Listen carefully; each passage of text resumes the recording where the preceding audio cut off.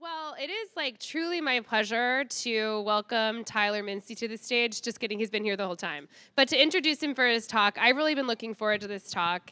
I've known Tyler for almost 5 years now, and we've been working together kind of side by side through the experience of investing together at Bolt and now co-founding this firm together. And I could say this about like all of my partners at Baukunst, and I'll say it about Tyler. Like, what an honor to get to work with this person.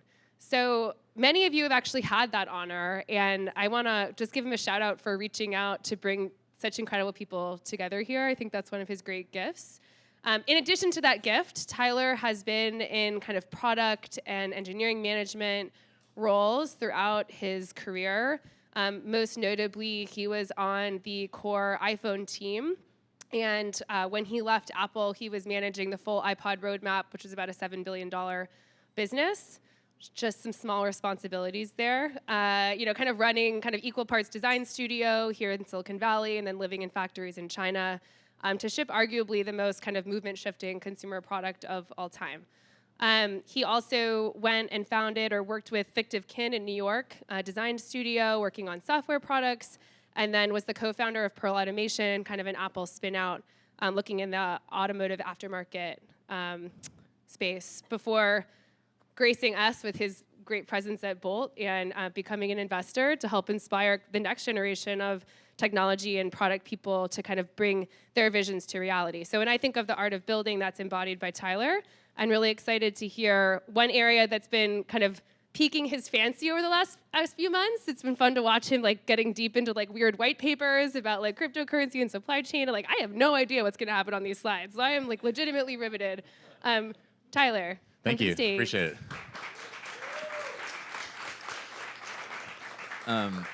All right, I'm going to attempt what is almost a bad idea. I think I have like 60 slides for a 30-minute talk, which is crazy. We're just going to kind of go through it. I was spiraling preparing for this talk because there's so many like weird angles of this that I wanted to cover, and I realized like as I dug in, like I was barely scratching the surface, and so I'm more of a student than an expert talking about this stuff, and I just kind of want to plant some seeds for conversation afterwards too. So. But anyways, that was like part of the spiraling. I kept being like, oh, I actually don't know how that works. I need to research that and like finish the talk. And so, but we ended up with a lot. So let's dive in. So this is me in person and online. If you see me floating around, I like being in person. That's the best. But I'm also on the internet a lot. If you ever want to get in touch, you can find me. So like Kate said, I had the pleasure of working on a number of extremely groundbreaking products in my career with many of you in this room too. Looking around, actually, I have like so many familiar faces of people that I've worked with at all the companies we talked about, which is really exciting. And if I haven't, I'm coming for you to collaborate next on something. So that'll be fun. But these are all amazing embedded systems that we designed totally new versions of year after year with custom silicon, dramatically new software experiences, and then we would end up completely redesigning them and then building 200,000 a day, usually at the factories every single year for the holidays. And so it was really amazing to see with a small group of people. And so I'm like deeply familiar with like these type of products that have enclosures and radios and circuit boards. But if anything, like my interest has almost like plateaued or like waned in like the last like 5-ish years, because like everything's sort of like converging to these like platonic pieces of glass, and it's just like, what aspect ratio would you like your glass or something? And that's like the only thing that gets better. And you're like, I think the camera got better. They told me it got better, but I don't know if I like my pictures more or not. And so that's been the experience of like last 5 years with consumer electronics for me personally. And so I've been like getting interested in like what's called like quote unquote crypto, which is like a whatever. I'm just going to use that term, but there's so much more in it than that. But I've been really starting to see the edges of how that's like affecting these devices around us. And I am going to like be a little bit more like hardware leaning at what I'm talking about. But these devices like are platforms for software, and it's really like the product level experience of both the hardware and software coming together in an integrated way that makes these things so interesting. And that's like evolving in this world. So I've got like 3 premises that hopefully maybe you'll agree with me at the end. One is that crypto represents a major computing paradigm shift. There's so many things that are going to fundamentally disrupt how computing works with these technical building blocks. Second is that it's happening right now. It's not a theoretical thing. And it's literally happening faster than any technological change we've ever seen in human history. And the last one is that because of that, our computers will never be the same. Our old computers are not going to be the new computers in this world. They're going to change themselves, and like Reg and Eugene were saying, all these things are mirrors, and so they change our perception of ourselves along the way, which is really interesting. So a bunch of stuff. Okay, to start off though, I want to do a little bit of sentiment analysis with you guys. So warm up those hands. Just wanted to like see like familiarity level, like interest in crypto. So first big bucket, raise your hand if you are super pro, like all in, love crypto, like cringe topics, but amazing. Yeah? Yeah, well, a couple. All right. Not a ton of super pro people. What about like neutral people? Like I kind of don't care, too old for this. Like what is going on? Anyone? Yeah, feeling those. Okay, what about super negative? Like, this just bad taste, killing the planet, hyper-financialization of everything. Like, we should burn it down. Yeah, cool, awesome. I would just like to acknowledge that there's nuggets of truth in all those. I'd probably raise my hand for all three to some degree too, and we should talk about all those things. They're all true. There's things to fix. There's things to fix in all those, I think. So like all the old neckbeards, go talk to the enthusiastic young people. The people want to just pull the plug on everything, like that's real too. Like we should talk about that. Anyways, okay, so let's dive in. I want to just like talk about a couple example crypto devices and like touch on some interesting like facets of them as we go. So this is like the first thing I think of when I think of a crypto device. It's just like a mega Bitcoin mining platform, and that's really like I feel like the only like one of the things that started to scratch the surface of the collective consciousness. It's not really a consumer product, but there's so much more out there. And like this is like obviously a hilarious thing. Like you start to like joke about razor blades and things like that with this. It is a little bit silly, but it's like just as silly as like this giant mainframe computer that filled up a room in the 40s and 50s too. And so you can think about how far something like this comes and gets optimized over time. And we should like treat like that like silly mining rig with like the same sort of like respect that if you could go back in time you would treat this and think about how it affected your personal lives and personal computing as well too. So even in just one lifetime, these things can come a really long way. Just to like at a hilariously high level recap, like the building blocks of like what we're talking about here when I'm using this hand wavy crypto term are actually like the confluence of like multiple technologies, the first of which being public key cryptography. So there's this process by which we can exchange information, you can verify your identity in ways where I can hold effectively a secret and I can use that secret with certain algorithms to provide a publicly verifiable signature that I actually am the one that holds my secret and I am who I say I am. And that's it's actually just math. It's like some of that stuff like borders on like free speech versus technology in really interesting ways, but that's a really key component. The other one is just a distributed ledger. There's just an account of who owns what and who they are that people share, and that's a really important component that's related to that. And then the other one is consensus. So you could have distributed ledgers, but nobody could agree with which one's the right one. And so you have to invent these systems around agreement and how you reward bad actors or disincentivize poor actors. And that's a big component as well. Those are really like the three core technology bits that people talk about, but also the looked one is just the collective belief in all those things that they're real. Very similar to like how we believe money, and that's like the belief is actually a key component to what makes money work. And what's been really strong in the kind of Web3 space is like how we got there. It started with some very opinionated belief systems actually that drove passionate adoption with a small set of early adopters. That's really driven those network effects. But that culture and that belief system is really, to me, a part of the core technology as well. So when you bundle all these things up, like what do we get? You get a decentralized identity system. Like I can say who I am, you can verify who I am to different levels of anonymity in a decentralized way without a central gatekeeper. That's super interesting. We can also have an accounting for digital assets or digital things that map to real world assets in a way that we can exchange, you can verify who owns them in a decentralized way. You can also pay for things. There's programmable money. We can send funds to each other without a central gatekeeper. Super powerful.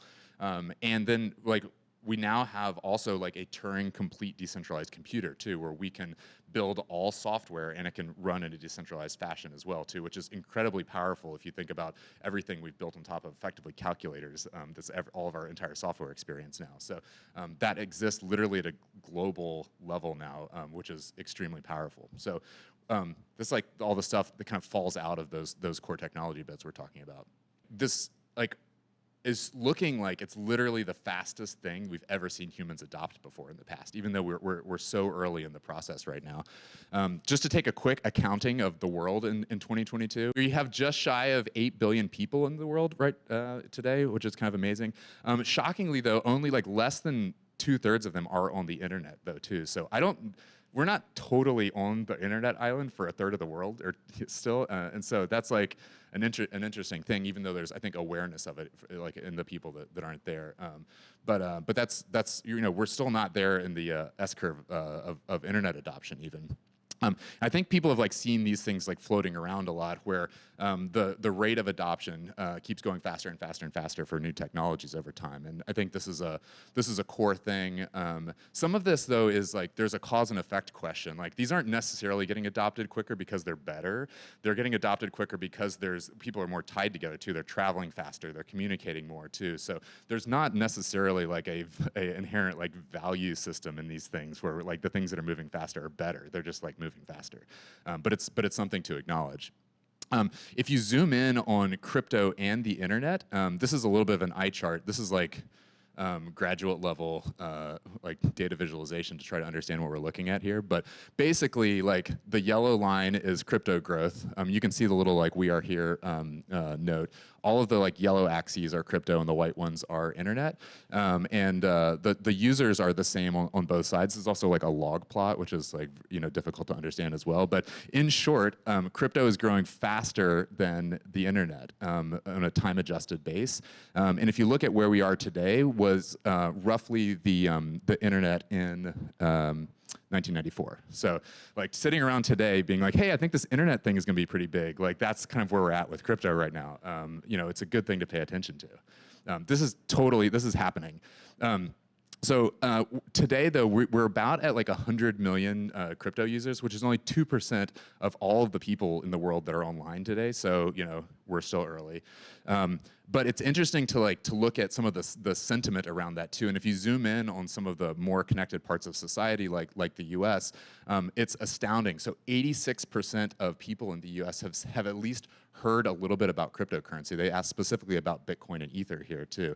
It didn't even include like NFTs or things like that too. So amazingly high levels of awareness, and 16% of U.S. citizens say that they've held some crypto asset themselves too. It's over 1 in 10 Americans, which is amazing. Some other stats just around like activity too. MetaMask published some stuff. It's a very commonly used software wallet. They have 32 million monthly active users, like a relatively like high slice of the full amount of the full crypto install base too. So this stuff is really gaining traction at an exponential rate. Also, if you roll up the like market cap of the several thousand top coins, we're actually at like over 1% of the globalized market cap and for the globalized stock market as well too. So an amazing amount of economic weight. Now, like some of the like liquidity is razor thin around those tokens, and you couldn't actually cash that out. But there's amazing financial resources at play. So as part of that, we've seen this like emergence of these specific type of devices that are called hardware wallets. So they're little connected devices that help people hold the keys that they use to validate their identity and to transfer assets, like we talked about. Just to show like some pictures of them, you can like search on Amazon for hardware wallet and see all these things. We're sort of at the like Cambrian explosion dumpster fire stage of this like category of device. Like you can buy like bejeweled Bitcoin things and stuff. These are all like horribly untrustworthy to do anything with in this world, but like you so like impossible to sort through them all. Lots of sponsored results. So it's a fairly noisy market right now. A few of the kind of major ones to call out. Trezor is this company on the left that's built by this group called Satoshi Labs that's based in Prague. They sort of are notable for building the quote unquote first hardware wallet. More recently, there's another company based in France called Ledger that makes the little doodad on the right there, also a hardware wallet. And I think Trezor said that they've shipped over 1 million of their devices. I would say they're a little bit more niche. I think Ledger probably does like on the order of 1 million a year, probably at this point too. So this is like a fairly high volume consumer electronic category these days. I would ask people to raise their hand if they use one of these regularly too, but that's bad OPSEC, so I'm gonna skip that for people if they don't want to talk about it. But it's interesting to maybe talk a little bit about some of the approaches these devices pursue. There's a big thread around being open source that kind of exists in this world.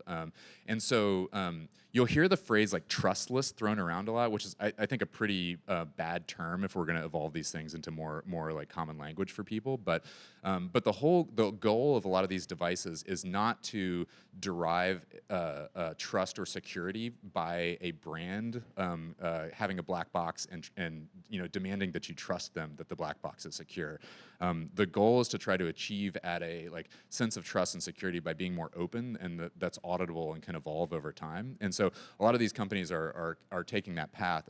Trezor is a completely open source both hardware and software device, and they really stuck to their guns around that process, and that came with some compromises as well too. So there's ways in which the private keys that are really the entire controlling piece of data for the whole system do exist in physical memory and in software in some ways that you can't extract. And there's some security drawbacks if you actually lose physical control of the device that you can extract those keys.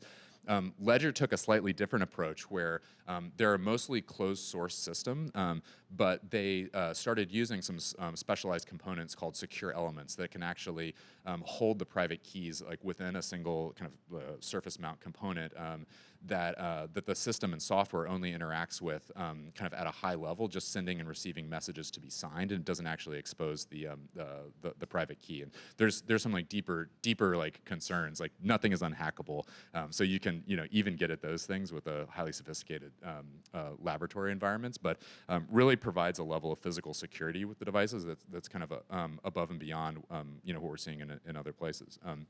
But bad news, there's been tons and tons of examples over and over around people hacking these devices. Trezor in particular, there was a very clear kind of proof of concept hack. If you people with basic lab equipment, oscilloscopes, and a little breakout board could extract keys in 15 minutes. It's basically you should assume that you're pwned if somebody gets your Trezor. It's really not secure. Ledger had a much better story, like we talked about in that regard, but they actually had a Shopify hack where a bunch of their customer data got leaked and exposed over 1 million of their users, actually their home address, which is not great for this category of users. And people actually even started sending them fake devices too. So they would get devices in the mail that maybe they thought they ordered, but had maybe suspicious code or systems on them as well too. So it's just important to point out that a lot of times the kind of security space around these things is not just the devices themselves, but the other kind of social engineering systems and other logistic systems that exist around these devices. So all these security things are kind of worrisome, and actually people probably lose funds just as much for forgetting their password as they do the thing getting stolen, and so there's a huge user interface problem with those things as well. This question comes up all the time of what about these things that are called custodial services? So there's still systems now like Coinbase, et cetera, that sort of are web app layers on top of your private key, so you never have to manage that stuff yourself. And I think that kind of works right now, but we have to remind ourselves where this is going in the future. Right now, sometimes you think about cryptocurrency moving around as maybe a low frequency bank exchange, and you can kind of imagine oh, I do that with my bank these days. But where this is going is you're actually doing a cryptographic action when you sign into a website, or when you do any action on a web app, or do an action in a game. And when you start thinking about the frequency and complexity of those actions, for me, it's totally inconceivable that like a financial institution would intermediate that for me. Like the fact that I'm gonna like log in via like my Wells Fargo account is crazy. Like we've only maybe had like Google and Facebook do kind of an authentication layer for people. It's a hugely complex system, and that kind of sucks too. And if anyone's gone back and done like OAuth for like Twitter and stuff back in the day, it was like a total mess. And like to think that that's going to happen with financial institutions is like totally crazy. And then once it gets to the layer of like every time I'm pushing a button in a game, I'm doing an action. Like it really just doesn't work unless you're in control of your own keys at that level of frequency. So I'm really long on self custody, almost more from a user experience perspective than a security perspective. I think we just like have to solve that. The other question is like, what about my phone? So a lot of the modern smartphones today also have secure enclaves like built into their systems as well that can provide a layer of security with the devices as well. And so you've seen the emergence of lots of other software wallets like Rainbow and others that take advantage of that. And I think there's a great place for that, and there's a kind of a balance of security and interoperability around that. But those are just fundamentally like slow-moving systems. Like the timeline to develop the kind of main SoC processors for a new phone are like stretch into the like many years, and the speed at which that keeps up with different cryptographic algorithms around signing, support for different blockchains is like unlikely to be like keep up with the bleeding edge, but may be a kind of a trustworthy foundation for the slightly like older algorithms and procedures. So I think that's going to always be there, but it's going to be a little bit out of date, 5-ish years out of date for whatever we're dealing with. And also there's like a ton of security issues with those too. Like there's like recently, like this highly touted T2 security chip, and it's a couple years old now, but was completely jailbroken in the past too. And I sort of suspect that for every like one of these that we hear about publicly, there's 5 of them we don't hear about too. And so I think even at that level, like a truly closed source, highly complex product always has some rough edges from a security standpoint. So we've seen some like little glimmers of like the stuff that's happening next, which I think are really interesting. But like when I look at all of these things, they kind of look like MP3 players in 2000 to me too. And I think we're really like looking for is an iPod. And I think there's a real opportunity for a lot of these devices to have an iPod moment. That I think is something as the user base kind of like pulls slightly more mainstream and people really just want to go do the job of the technology and not have to understand the underlying complexity quite so much. A real need for things to kind of balance that experience for people. But it's really important to remember that it was not just the iPod, it was iTunes and so I think there's a very important piece of like rich software experiences that are like portable and accessible outside of the device that really make these systems work.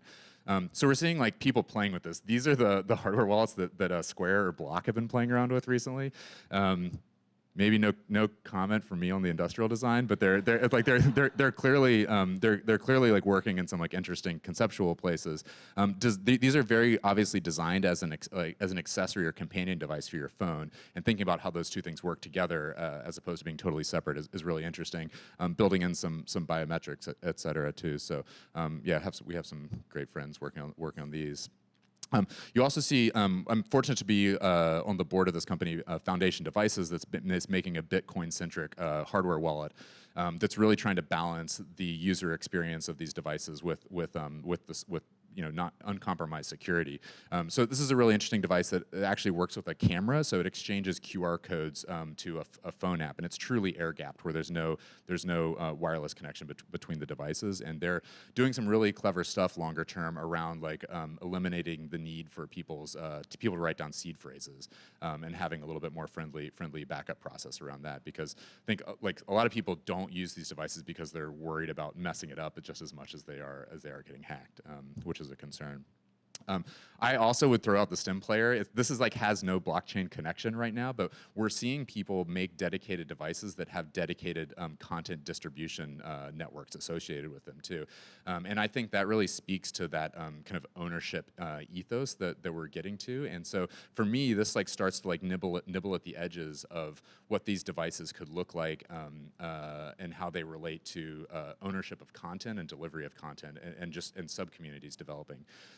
And And we're starting to see this as well. This is a hardware wallet concept from Sudo, a company Eli Russo is working on now too. That's a hardware wallet specifically designed for NFTs, and really taking kind of a forward-thinking, borderline like alien approach to some of the user interface as well. And I think that's like almost starting to like gesture towards some of the like new images of what technology are and their relationship to us as people that you guys were talking about previously too.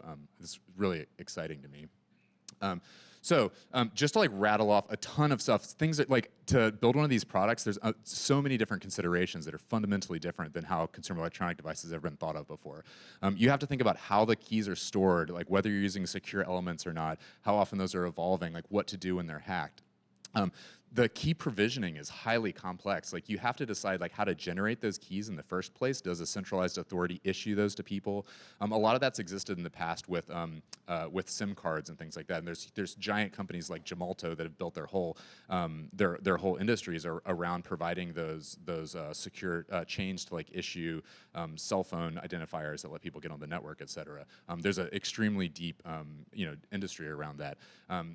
But like even the process of generating those keys like requires a source of randomness, and if you have only a semi-random process, that makes it more susceptible or hackable to brute force attacks. And so there's this huge question of like how we even like get entropy sources and to generate like truly random keys. That's a extremely deep technical depth as well. And there's some companies like Foundation Devices that are actually like using some clever little open source designs for entropy circuits that like use some of the built-in noise in certain components in electrical circuits to actually like derive semi-random noise in a decentralized way. There's actually like a lot of cutting-edge technology there. Then how do you like back up those keys? Like, do people have to write them down and put them on a steel plate? Is there a way to back them up in the cloud? How secure is that? Do people put it on SD cards? That means the devices all have to have SD card slots, and like that's confusing.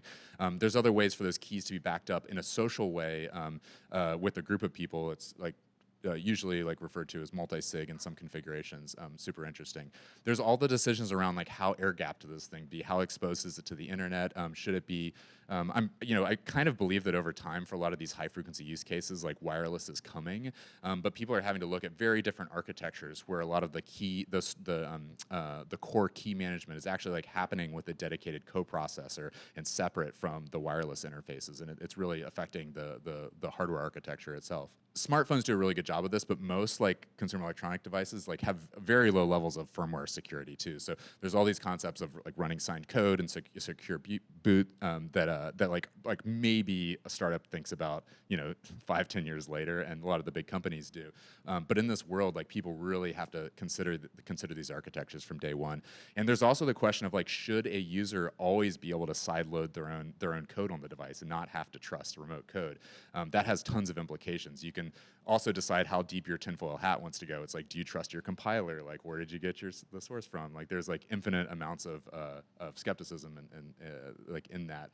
But also has implications to the devices, right? Like, do they all need USB ports? Like, do they all need desktop clients to let people sideload code? There's like a lot of complexity from that. We talked about open source. I think that's very, very important and almost a requirement for this space. Like I go back and forth on that because there are the proofs of the ledgers of the world that aren't open source, and they're kind of doing fine. So is that a counterexample already? I sort of believe over time that the security by obscurity is going to always lose to the open source models, and so I think the people that embrace open source will win in this regard. But that's also going to undermine their business models of making points of margin on a one-time sale of a hardware thing. And the people that are going to succeed at open source also are going to have to succeed at having other business models that go along with that. Tons of stuff around supply chain verification, like how do you know that the right code was programmed on the device? Where did it come from? When the box showed up, did somebody open it on the way to me? Like, there's physical security things you can do, like choosing how the devices are closed. Like maybe you go with ultrasonic welding and heat stakes more than screws. Like maybe you use security tape on the boxes. Like how do you know that wasn't tampered with? Are there ways to like flash kind of like checksums on the device to know that it's the right software that was programmed that you expect? Lots of like very complex questions. And like how is a normal person ever going to like have to deal with that stuff too? It's really, really interesting. a lot of these devices are long-term stores of value too, and I believe that they're going to be less disposable than a lot of the other consumer electronic devices in our life too.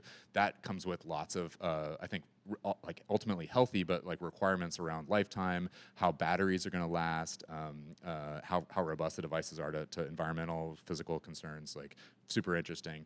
Biometrics plays a ton into this too, and I think has a lot of ways to unlock some of the user experience issues we talked about, but are still kind of like lightly adopted beyond some fingerprint stuff for most devices now too. The block devices don't have screens. Like, should they? Like, do you need to verify wallet addresses and things like that? Is that just getting too in the weeds for people? All these questions are extremely rich and really are the edges of the state of the art right now. So many things to talk about. I probably glossed over more. But to go back to our numbers, that's kind of the hardware wallet. So I kind of just want to point that out, and I think that illustrates a lot of the kind of architecture decisions with these classes of products. But another thing, like really important factor is today we are currently at 2x humans of devices online. So the whole like IoT thing has been a little bit slower than people projected. Like I think the forward-looking projections were, I think, under where we thought we would be 5 years ago. But there's way more computers on the internet than humans on the internet. And the same is true of Web3 too. So when we think about these devices on the internet and interacting in this world, they're going to need to have all of the same kind of experience considerations and user experience design as humans. We have to like really think about them as computer agents on the network. That have equally complex considerations. And we're seeing some extremely interesting things happening in this space as well. We heard from people at Helium the other day. They're a decentralized wireless network where individuals actually own and operate these hotspots that people can transmit data on. They've seen like amazing growth and have great LoRaWAN coverage in most major metropolitan areas in the US and increasingly Europe and other parts of the country. This is the chart of their hotspots that have been active over the time. I grabbed this from Joey. Thank you for plotting this. I didn't have to. But like this is crazy, and this is like during the chip shortage, right? Like this is like very few people can draw this chart like during the last 2 years. And if anything, it's only linear instead of exponential because of that as well too. There were times where like in many places on the edge of the network, these hotspots, which cost $500, were paying themselves off on the order of like 2 weeks, and that's still, I think, kind of the truth for some edges of the network. And that's largely driven by speculatory pressure, but in this case, it was very productive and helpful to network expansion, and that's just absolutely amazing and has led to exponential growth of the network. But it's also interesting to see, like they bootstrapped by making their own hotspot that was kind of designed and manufactured in a centralized way, but have expanded to this whole network of third-party manufacturers that now build totally different devices that operate on the network. And this is like, to me, in my old brain, this is like a fundamentally bad idea. Like, you really try to minimize the number of like versions of a product. Like, even supporting like a couple old versions of firmware is a bad idea, much less completely different products with different code bases that are all supposed to play together on a network. And that does happen at wireless networks to some degree. But this is like a fundamentally hard thing, but it's starting to work, and the benefits are kind of start to outweigh the challenges, and it's been interesting to see this evolve. So now you can buy a hotspot from all these different places. Super interesting. But like, how do you pick? Some of that is really hard. And there's this like nice disclaimer on the top that's like, hey, make sure you do your research. And all of these vendors like have made slightly different decisions around that full list of architectural stuff we talked about before, around how they're securing their keys, like whether like your flexibility in loading your own code, getting customer support. And so there's a slightly like user unfriendly kind of Wild West out there that people still have to navigate, and some obvious opportunities for people to understand things better. But this has been amazing to watch. So other people are like copying and pasting that model. There's another project, Planet Watch, that's doing this for air quality sensors. Super interesting. Another Bolt portfolio company, Door, that made a foot traffic counting system that was primarily used in retail environments is now selling their sensor as a quote unquote miner. And so like individual operators can buy these sensors, install them, and get compensated for the data that they collect, but that are monetized through other kind of like SaaS business streams. So that's really interesting to see. They were also a kind of focused hardware SaaS company to start with, and really benefited from leveraging some of these other platforms that exist today. So just a shout out, Constellation is the company that acquired them. And they actually like build a like very rich platform for people to be able to launch their own tokens and have a lot of other stuff work out of the box, like a software wallet and a decentralized exchange, and help support companies that are launching their own tokens without needing to get into the weeds of how to do that themselves. So there's interesting like platforms now for people to even be able to kind of copy and paste this same model and tweak it to their own situation. We're seeing other platforms like IoTex, like one of the kind of other top coins by market cap, like really trying to play in this space of the physical and digital coming together. And they're building out systems for people to kind of provide proof of different things, like verified GPS location, looking at people maybe being able to like register the data generated from an activity monitor, things like this. So we're seeing the kind of emergence of platforms that are productizing some of the underlying infrastructure for these classes of devices. Super interesting. Just to like call out a couple of the things that we mentioned, like the tokenomics model that Helium I think is a very strong proof point, like really broke this traditional chicken and egg CapEx dilemma. So in the past, it was very expensive to build a wireless network. You were building towers. You couldn't do that unless you had a customer already, but who was going to be your customer unless you had the wireless coverage? And so that was a fundamental dynamic that slowed network expansion that I think Helium is at least a singular proof point around breaking. And then when you do that too, you dramatically change the unit economics of the products too. All these individuals like operating these wireless networks in a decentralized way has fundamentally changed the like operational expense of running these networks in a way that everybody's happy. It's truly a win-win-win between the infrastructure operators and the users and the kind of protocol and network level themselves. They're proving out decentralized manufacturing is like working, and that's like crazy to me. Like how you would like give up so much of the control and actually verify the quality of the devices. I'm like a huge skeptic of that, and think that needs to be balanced. But like there's very real proof points out there now that are amazing to watch. And I think we're increasingly seeing other mechanisms, like Planet Watch has a really interesting kind of licensing system where you actually like buy a license that's separate than the devices themselves and can kind of pair the two together.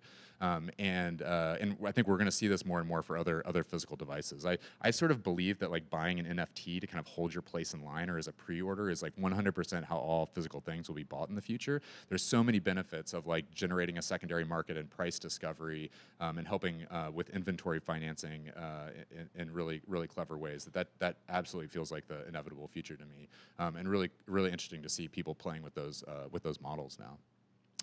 So that was it. I'm sure I ran a little bit over time. The last point I would make was the last point on the slide at the beginning around the core technology. A lot of the stuff that makes this the most interesting, and I kind of rambled on about a lot of fairly technical details, is actually the cultural change that it represents, and I think that's ultimately the most powerful thing in this space right now.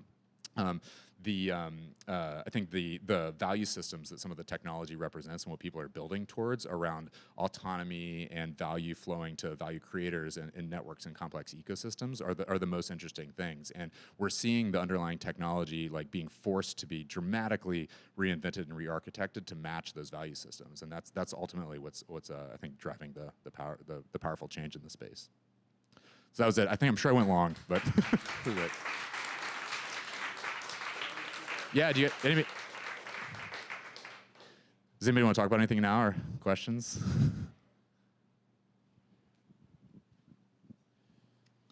Yeah, so maybe this will turn into a question, but like I guess I'm curious about the struggle of hardware wallets as a sort of personal device, where there's only really a reason to buy a hardware wallet if it represents a sort of, there's a reasonable reason to protect your assets. You know, you need to have enough of a sort of amount of money to actually justify buying one, which sort of by default does put a cap on how much that as a sort of device or an object really is adopted. Because obviously, I think with crypto, the way it's panned out is that the sort of early adopters are mostly quite wealthy, at least now. Yep. So I think that adoption curve is not necessarily representative of how it's going to be in the future, because like the next sort of 100 million, 200 million users of crypto are just not going to have that reason to use a hardware wallet that way. Absolutely. And so I think that's like largely where we're at today, like because the argument is more about security and protecting your assets. But I think that would be pretty weak if that was the only thing they did well. But I think actually like managing your own keys actually is just a better interface, is a better user experience. Like once that truly becomes your identity, it doesn't have to be. It's a way to be have ownership over your identity, not only your funds. And I think for even people that are light on funds but rich in identity, like that's still going to be an important like part of their computing experience. yeah, I think it gets to this point where it's like, at what point is it better to just store it on, the MetaMask software wallet on my iPhone?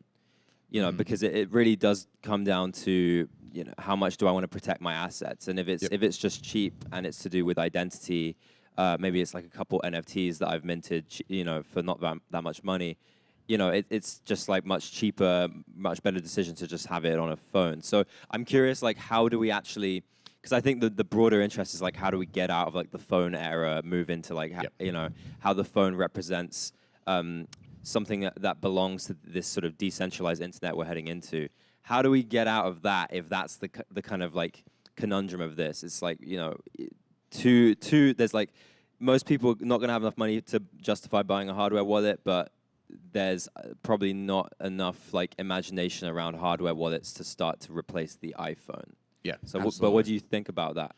I mean, I kind of like zoom out and think about the like identity management systems as like having all those pieces. Like some people are going to want part of it to live on their phone, live it on other devices, and it's going to like you have to think about it at a kind of product experience level, like capturing all those things in the short term that like evolve over time too. But I sort of believe that like people should aspire to having more and more direct control over that identity, and I think the phone, as it is today, like falls short like in some regards for that.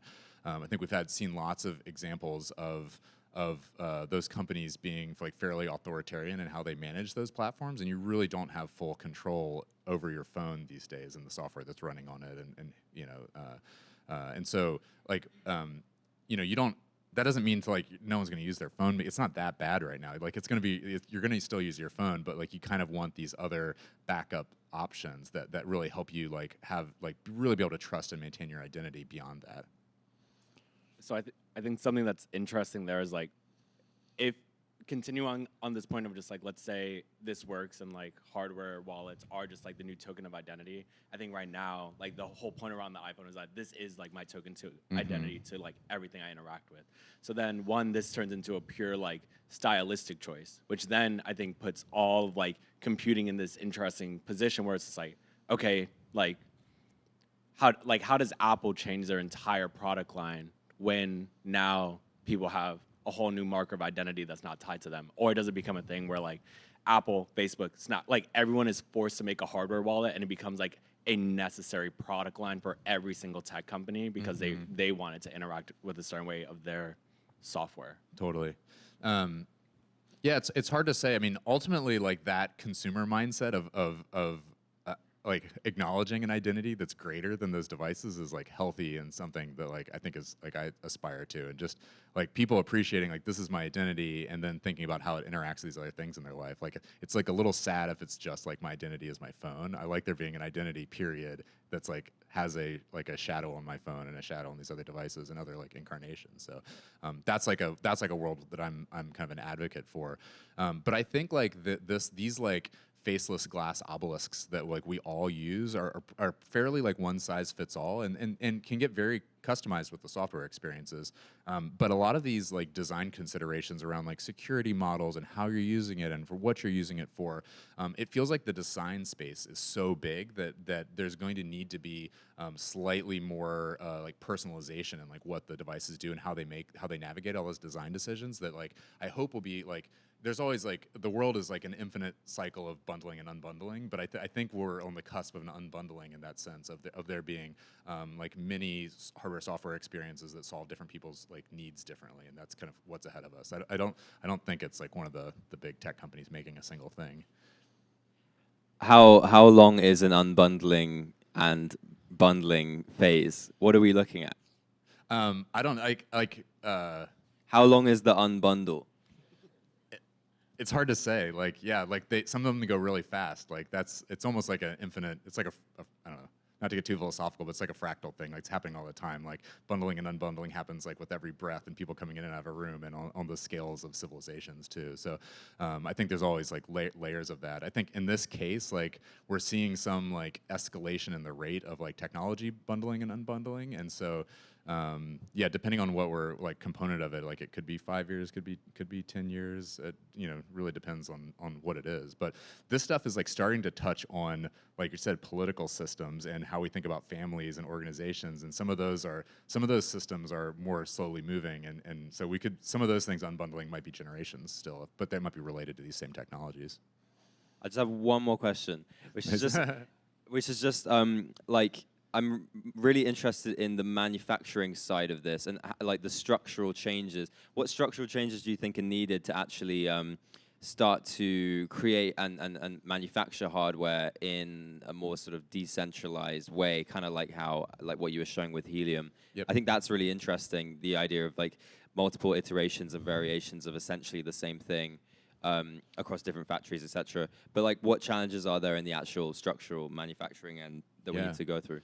Just purely in like what the definition of what the products are, it gets really complex. Like the spec around like what a helium device is different, and there's the abstract like requirements that everything has to comply with to be on the network, and then there's like flexibility for them to like vary outside of those hard requirements, and that's really kind of a different way of thinking about things than most other devices where there's just like one platonic version of a thing and you make as many of it as possible. It even just like forces you to ask the question of like what truly is a requirement and what can be flexibility and variation, and so that's a really like interesting kind of design constraint.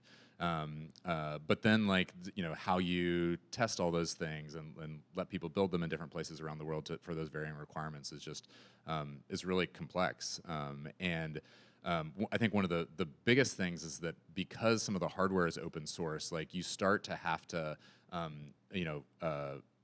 capitalize on the value created with different mechanisms too, and so people are doing it like based on value sharing at the protocol level, et cetera, et cetera. But like those things, it's not clear always how those are going to fall back to the supply chain themselves too. And so I think there's going to be creative ways. We have to figure out how the physical supply base shares in the value that's created by these networks, and that doesn't really happen right now. I think that's like a big area of exploration in my mind. Hey, great talk. Hey. I'll reiterate. I'm curious what you think the catalyst will be for the convergence of hardware and crypto, because, I mean, they're largely two different worlds with two different operations and processes, and there's a huge opportunity. I think you're pointing out there's a huge opportunity for the two to converge. What do you think that will be that catalyst? Yeah, I mean, I think it's already happened. Like, it feels like it's already changing right now. One of the hard things about hardware is like moving around the atoms, and there's just like fundamental costs to moving those things around the world and complex supply chains, and the feedback loop of like having to have like raw material trickle through layers of transformation of supply chain, get sold to people.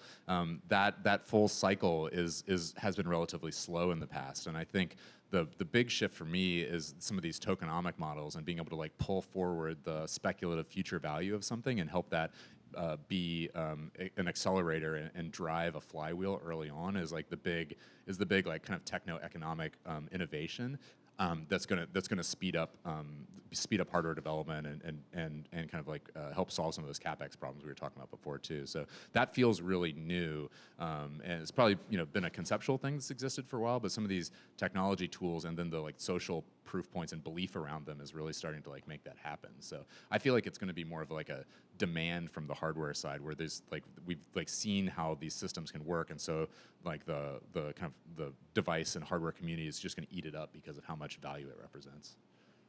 Well, sometimes I feel like I ask you questions that may not be always in the favor of the topic. Yeah, no, I appreciate But that. but I do want to ask your vision for crypto as a currency. How do you see that 5 or 10 years down the road? Because I feel like whatever other technologies built around that would depend on the fate of the currency, the crypto itself. So that's one question. Because for me, sometimes I feel like it's almost like a club. The people inside of this crypto club are all super high and excited. They feel like this is the future. But then the people outside feel like, what are you talking about? The government is not going to give up their control over currency, over tax, or the flow of currency, etc. So I just wanted to see, when you put up the vision for the technology and hardware, then what's your vision and thought on the currency itself? Yeah, for sure. I don't know. Like, I almost don't want to try to be Nostradamus in that sense. Like, I sort of just am interested in the benefits of the technology, like being able to have a store of value that's more portable, that's under your control, that doesn't require middlemen, is like interesting to me. But I'm not necessarily like willing to like bet that like beat some of those systems, like beat the traditional systems. Like, they're probably going to exist together for a long time.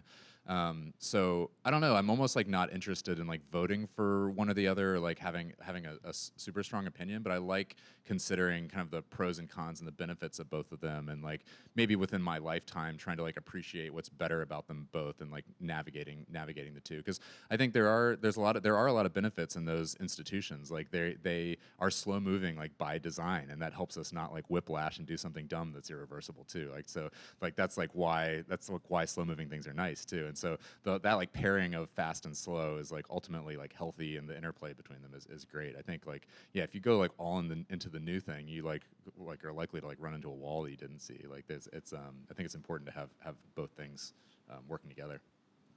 Thank you, Tyler. Yep.